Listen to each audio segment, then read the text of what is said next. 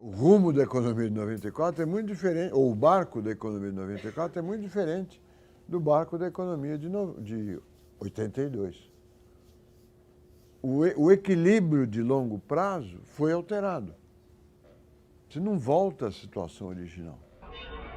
No Brasil, em 2000, foi criado o Sistema Brasileiro de Pagamentos. Esse sistema que permite vocês fazerem pagamentos pelo TED, Transferência Eletrônica de Depósitos.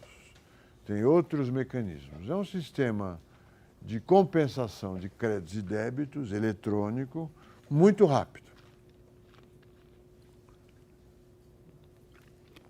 Então, se quiser fazer um pagamento imediato, você faz um TED, uma transferência eletrônica de depósitos, e paga imediatamente uma dívida que você tenha com uma outra pessoa, com uma outra empresa, em velocidades digitais, quer dizer, instantâneo.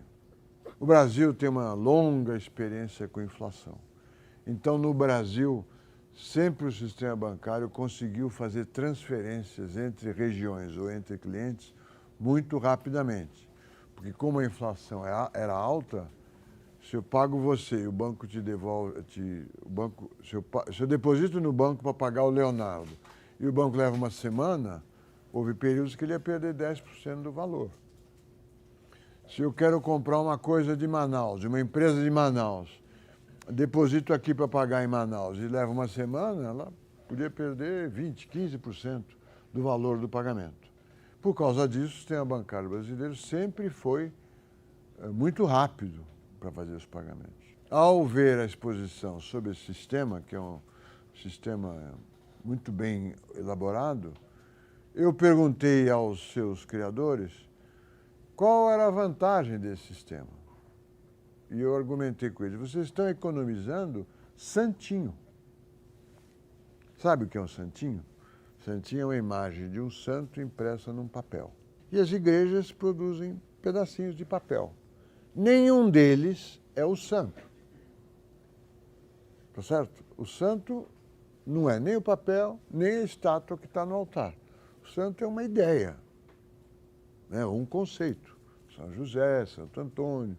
Santo Antônio é discípulo de São Francisco, ou conviveu com São Francisco, mas é o padroeiro dos casamentos. São Francisco é o santo que amava a natureza e os animais. Eles não existem no papelzinho e nem na imagem que está lá, no altar, seja de qual for a igreja. E produzir santinho não custa nada, porque custa muito pouco, né? Quando o Sistema Brasileiro de Pagamentos economiza moeda, porque faz o pagamento muito rápido, ele está economizando santinho. Para que vocês querem economizar santinho? Podia se a inflação fosse zero, podia fazer pagamentos com 2 anos de intervalo, né? Se fosse uma deflação, então, quanto mais demorasse, melhor. Há uma razão prática. Primeiro, que a inflação não é zero, é 6%, 5%. Segundo, na quebra do sistema dos bancos, no período anterior a 94, o banco que sabia que ia quebrar, ele comprava um montão de título público que era pago no dia seguinte. Na véspera ele comprava 1 bilhão de título público, quebrava, no dia seguinte ele devia 1 bilhão de título público, mas tinha 1 bilhão de reais, mas tinha 1 bilhão em títulos públicos. Até fazer a liquidação do banco, o título público ia rendendo uma fortuna e a dívida, pela lei da época, não tinha correção monetária nem juros. Então era uma ótima forma de quebrar. Com o Sistema Brasileiro de Pagamento, você comprou título público, o pagamento é debitado imediatamente. Mas não fosse isso, nós estávamos economizando santinho. Não há razão para economizar santinho. Eu estava usando o argumento da teoria do imposto inflacionário. Então, esta área aqui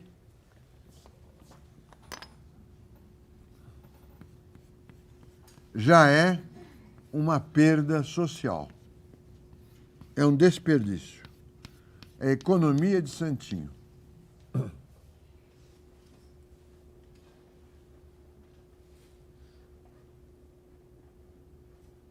A sociedade estaria melhor, sob esse ponto de vista, se houvesse uma deflação igual à taxa de retorno real, porque aí ninguém economizaria dinheiro.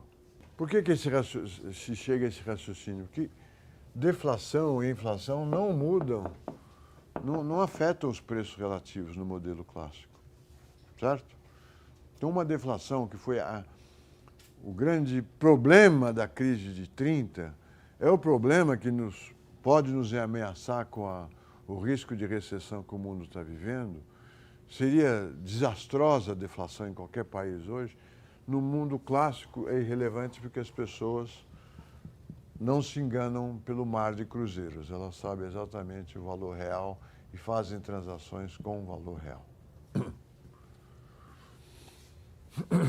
Agora, o que é o imposto inflacionário?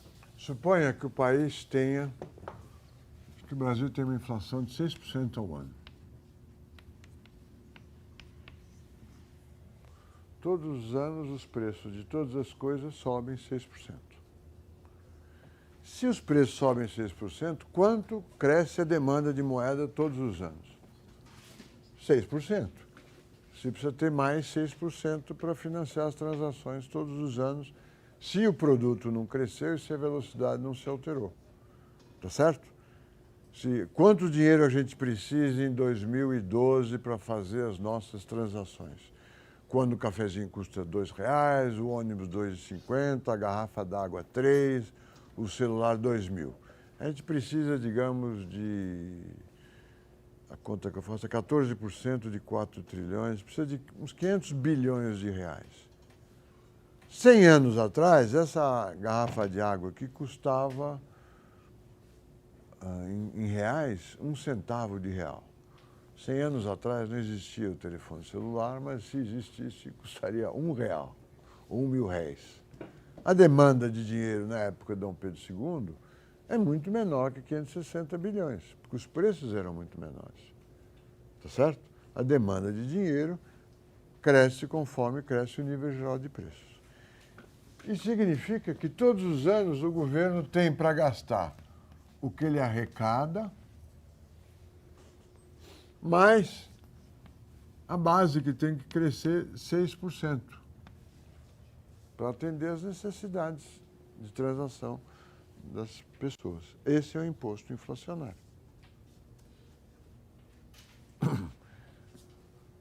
Como é que ele aparece nesse gráfico?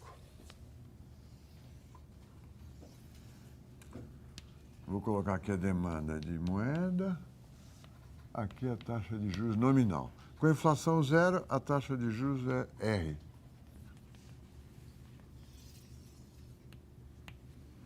Se o governo eleva a inflação para ΔP, taxa de juros nominal fica R mais ΔP sobre P,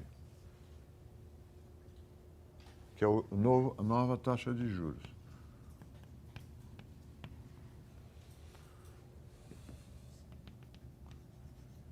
A demanda de moeda era MP0. M0 é MP0. Com a inflação, a demanda de moeda será maior ou menor? O nível é maior, mas você vai economizar mais dinheiro, porque você está perdendo 6% ao ano pelo dinheiro que você deixou parado. Tá certo? Com essa nova taxa de juros, as pessoas vão reter esta moeda aqui, MP1.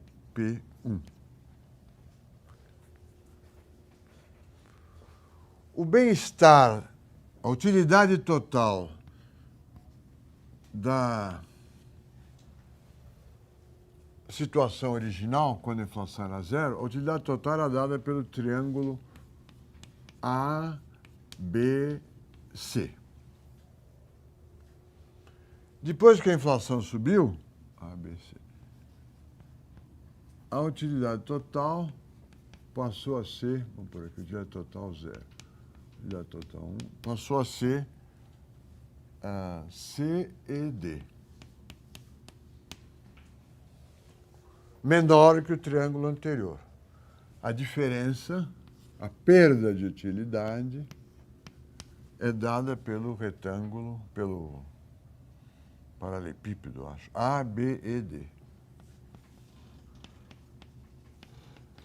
Houve essa redução de utilidade total. Houve uma perda para a sociedade.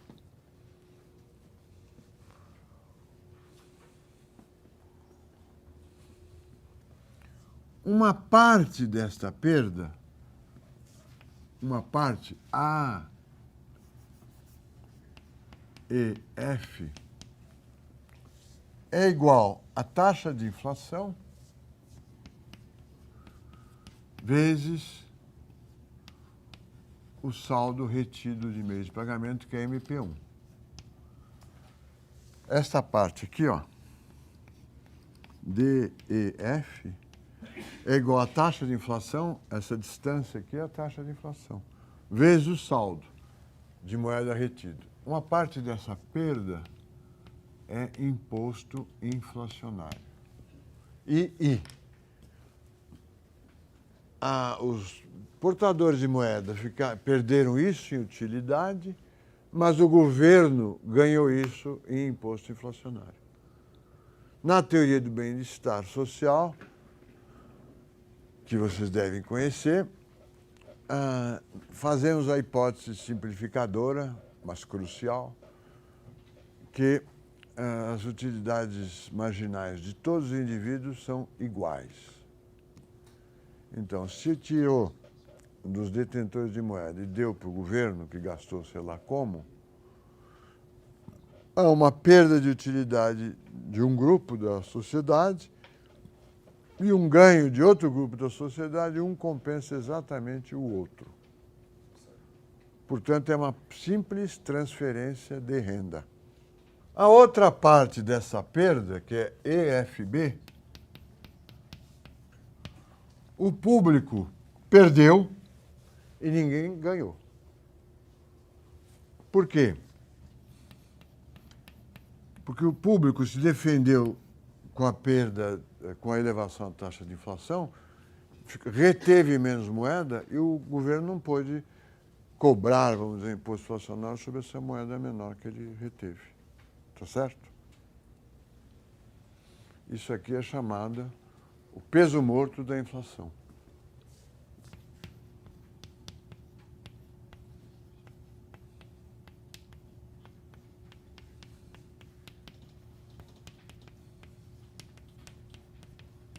Ou, em inglês, deadweight loss.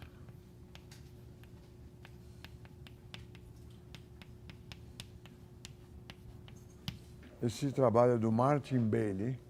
O Bailey é um aluno do Friedman.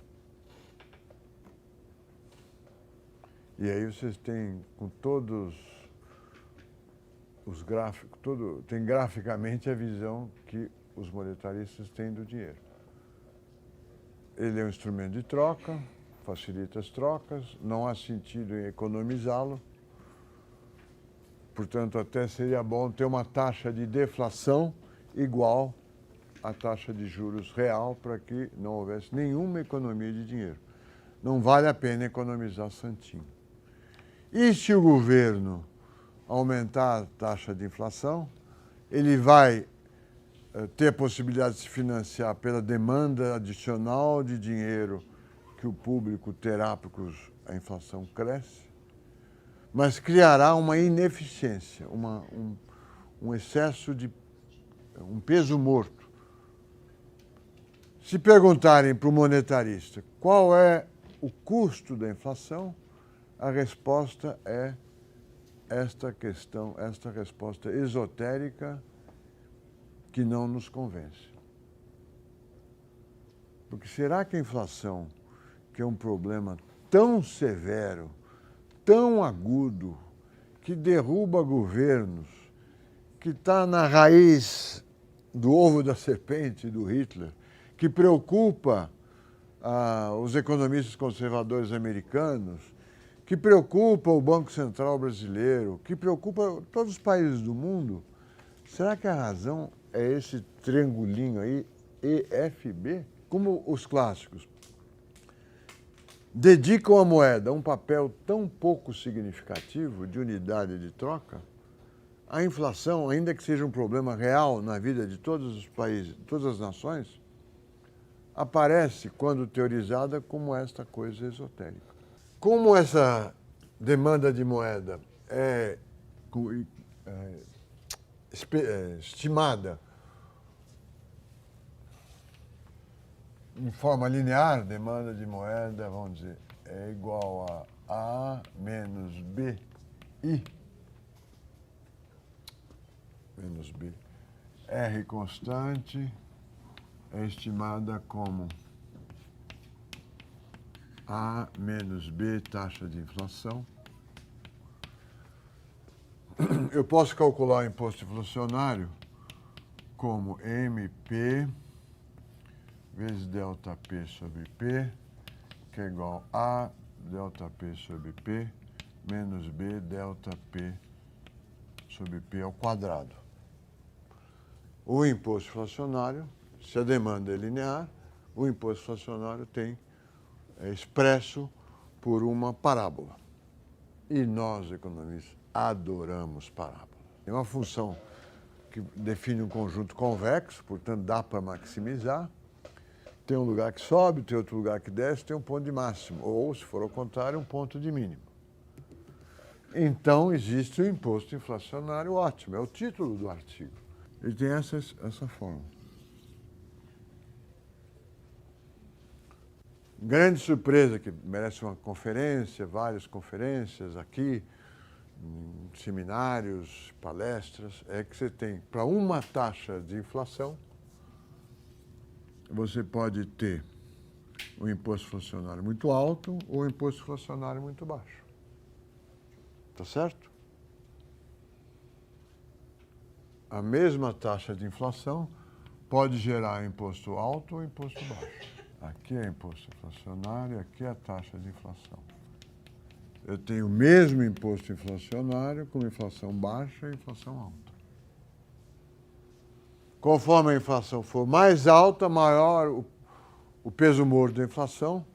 Então é uma pena que se o país estiver aqui, porque ele está criando um grande problema para arrecadar o mesmo imposto que ele poderia arrecadar com uma inflação muito menor.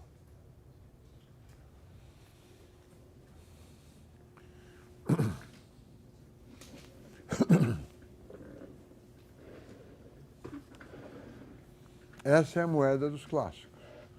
Eu diria que é uma moeda que tem pouco a fazer na economia capitalista e, portanto, a inflação, um fenômeno tão importante para as economias capitalistas, ao ser analisado, parece que a dificuldade é o imposto inflacionário. Isso não quer dizer que a ideia de imposto inflacionário tenha perdido importância no discurso e na ação política. Quem acaba com a inflação, acaba com o imposto inflacionário, e isso é cantado em prosa e verso. O Keynes, propriamente, não sugeriu nunca uma pequena taxa de inflação, nunca falou isso. Mas há um economista seguidor do Keynes, para vocês entenderem a diferença da visão, que propõe uma moeda carimbada. O que seria a moeda carimbada? Todo o nosso dinheiro, para valer, teria que ser carimbado, digamos, uma vez por mês. E ele é carimbado se ele passar de uma mão para outra. Um dinheiro que não fosse carimbado perderia o valor. Ele quer, o seguidor do Keynes, que o dinheiro circule, que ele não seja uma alternativa ao investimento. Diferente, é radicalmente diferente. Esse aqui quer que as pessoas retenham a maior quantidade de dinheiro que precisar. O seguidor do Keynes fala, não, vamos criar um dinheiro, um stamp money, um dinheiro carimbado. Todos nós recebemos nosso salário, depositamos no banco. Para ele não perder 10% ao mês, vamos dizer, você precisa emitir cheques ou sacar o dinheiro e fazer um pagamento que ele é carimbado. Se ele ficar parado, concorrendo com outras aplicações, ele perde valor. Ou, se a inflação não fosse um problema muito sério, uma pequena taxa de inflação também diminuiria. A discussão se a inflação ajuda o crescimento ou atrapalha é uma discussão infindável. Hoje seria profano dizer, e eu consideraria profano, que a inflação ajuda o desenvolvimento. Eu vou explicar por quê. Mas é uma discussão que marca toda a discussão da inflação brasileira entre estruturalistas e monetaristas.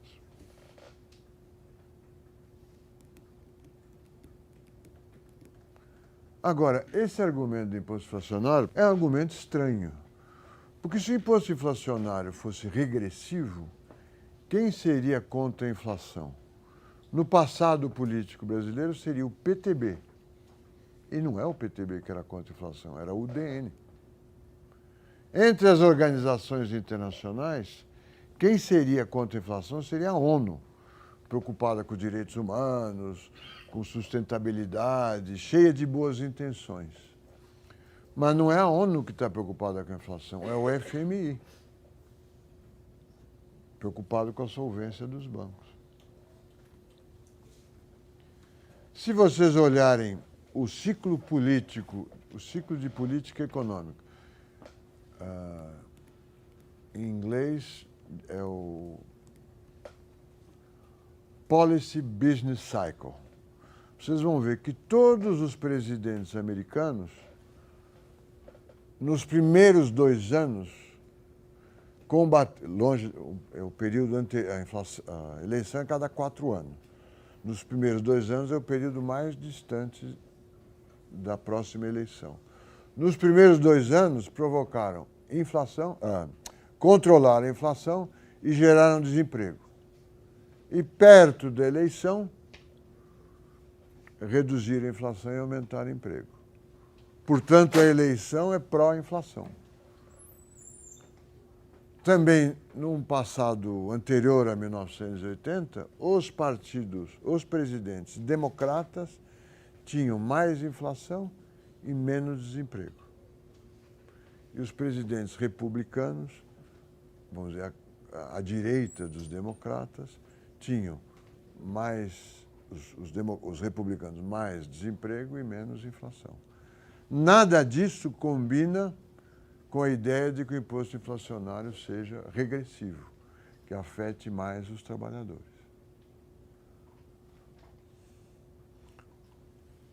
Outro exemplo dessa diferença de visões.